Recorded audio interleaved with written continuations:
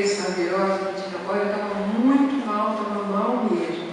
Aí eu vim aqui na clínica da família, eu pensei assim, bom, já que eu vou na igreja, estou fazendo a caminhada de domingo, segunda e terça, eu vou pedir o pastor Gabriel para fazer uma oração. Mas eu lembrei que no sábado ele tinha falado que minha senhora estava passando mal, e aí ele falou para ela, a senhora não tem um calendário, por que a senhora não usa? Aí eu lembrei, aí eu cheguei aqui, orei assim para ele e fui para casa. Cheguei em casa, passei o calendário no meu corpo todo, e graças a Deus hoje eu estou bem. Cheguei desmaiada no banheiro, de tão mal que eu estava.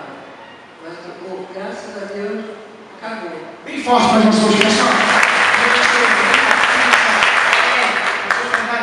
Usei. A minha irmã e meu cunhado estavam com uma dívida alta com a agiota. E era impossível de pagar essa dívida. E assim, eles não deixam você pagar, tem que pagar o valor certo. E eu usei o calendário, eu orei, eu clamei ao Senhor, eu liguei para a agiota, eu negociei a dívida e nós pagamos a metade do que eles estavam devendo. bem forte para as pessoas que Paulo, usou o calendário. Usei, pastor, sexta-feira agora. E foi coisa de Deus mesmo, porque eu fico sozinha com minha filha de 1 ano, né? Durante o dia. Então, meus sobrinhos não teve aula nessa sexta-feira. Pastor, eu fui arrumar minha cama, minha filha estava brincando. Aí eu peguei e fui levantar. Quando eu fui levantar, não consegui. Minha coluna travou, pastor. Aí eu peguei, sempre quando acontece alguma coisa, eu ligo para minha mãe. A minha mãe é Fátima. Então, ela fala para mim, Paola, usa fé. Toda vez ela fala, Paola, usa fé. Eu chorando, dessa vez eu ia ligar para ela.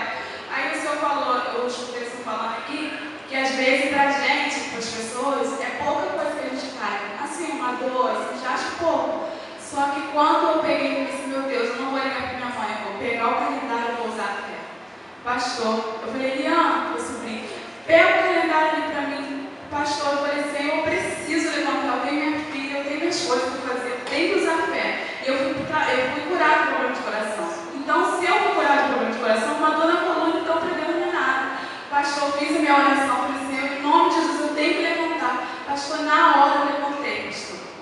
Curado. bem forte para as pessoas que